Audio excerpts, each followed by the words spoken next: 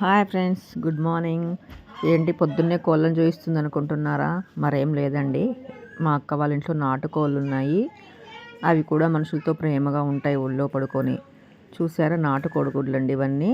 దగ్గర మా అక్క వాళ్ళ ఇంట్లో అయితే 6-7 నాటుకోళ్ళు ఉన్నాయి. అవి పెట్టిన నాటుకోడి గుడ్లు ఇవైతే. మళ్ళీ వీటిని పొదిగేస్తే మళ్ళీ పిల్లలు పుడతాయి. నాటుకోడి గుడ్లు ఇవి. మా బావగారు అయితే పొద్దున్నే బలం కోసం కూడా ఎర్లీ మార్నింగ్ పచ్చి కోడిగుడ్డు కూడా తింటారు. మా పిల్లలు కూడా వాటితో చక్కగా ఆడుకుంటున్నారు. మా చెల్ల పిల్లలు కూడా వచ్చిన దగ్గర నుంచి కోళ్ళతోటి ఆడుతున్నారు. కోళ్ళు గోదావరికి వెళ్ళి చేపలు పడదాము, ఇంక ఈ 2 డైలాగ్స్ వాళ్ళు వచ్చిన దగ్గర నుంచి. కోళ్ళతో ఆట, గోదావరికి వెళ్ళి చేపలతో ఆట. ఇక చక్కగా నేను కూడా గోదావరి ఒడ్డుకి కూర్చొని ఇలాగా కోడిని పట్టుకొని అయితే ఎంజాయ్ చేస్తున్నాను.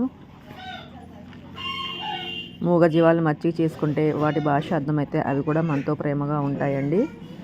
కొన్ని కోళ్ళు అయితే పారిపోతాయి కదా దగ్గరికి రాకుండా, కానీ అది చూసారా, అది ఇప్పుడే గుడ్డు పెట్టిందండి, అందుకే కొంచెం అలా షేక్ అవుతుంది.